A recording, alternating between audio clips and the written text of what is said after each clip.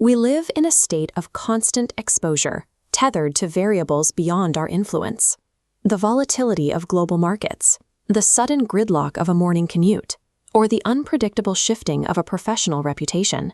We continually attempt to force an inherently chaotic world into a predictable shape, exhausting ourselves in the process. In the 1st century, a man was born into slavery within the Roman Empire. He lived his early life with a physical disability, controlled no property, and held no legal status. Yet Epictetus developed a level of psychological autonomy that earned him a reputation as one of the freest individuals in the ancient world. Epictetus enters the historical record around 50 AD in Hierapolis, a trade city in southwestern Turkey. He was a student of the Stoic Musonius Rufus, learning to navigate the rigid hierarchies of the Roman capital. After securing his freedom and establishing himself as a teacher, he faced a sudden reversal.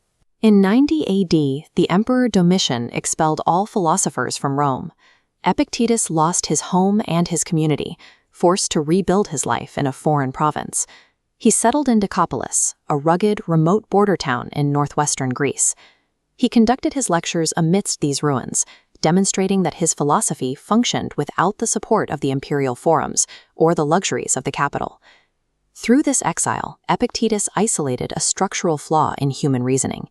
He identified that our suffering derives from a fundamental confusion between our internal agency and the external world. He proposed that freedom is attained by drawing an impenetrable boundary between your own choices and the external chaos you cannot control. Epictetus codified the dichotomy of control as a binary sorting mechanism. On the left, things outside our power, like property, reputations, and actions of others. On the right, things within our power, like opinions, movements, and desires. Inside the mind, these remain completely free. The algorithm reveals that events themselves do not disturb people. Instead, the disturbance arises from their opinions about those events.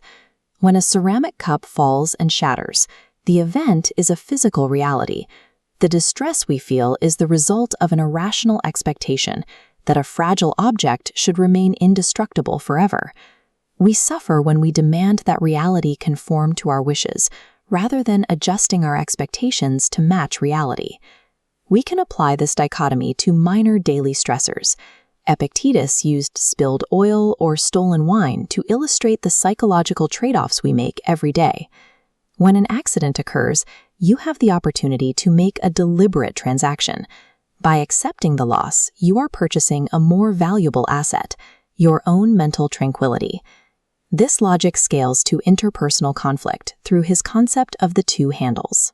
Every situation can be approached in two ways, and our choice of handle determines our stability.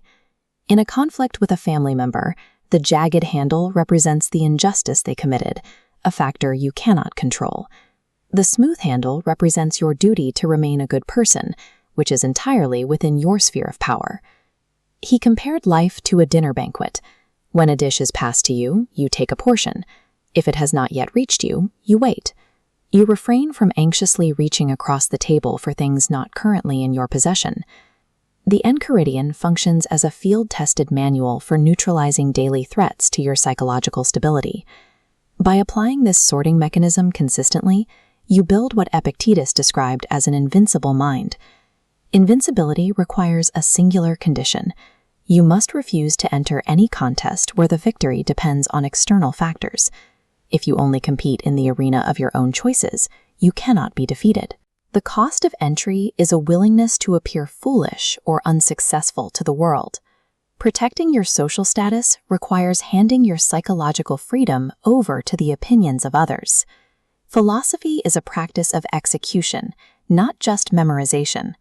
Epictetus illustrated this using a metaphor about livestock. A sheep does not produce a pile of grass to show the shepherd how much it has eaten. It digests the grass internally and produces wool and milk as evidence of its nutrition. Rehearsing philosophical rules is meaningless unless metabolized and transformed into actual behavior. To live this dichotomy is to accept that you truly own only your mind. Everything else is on loan from the universe, to be returned without complaint.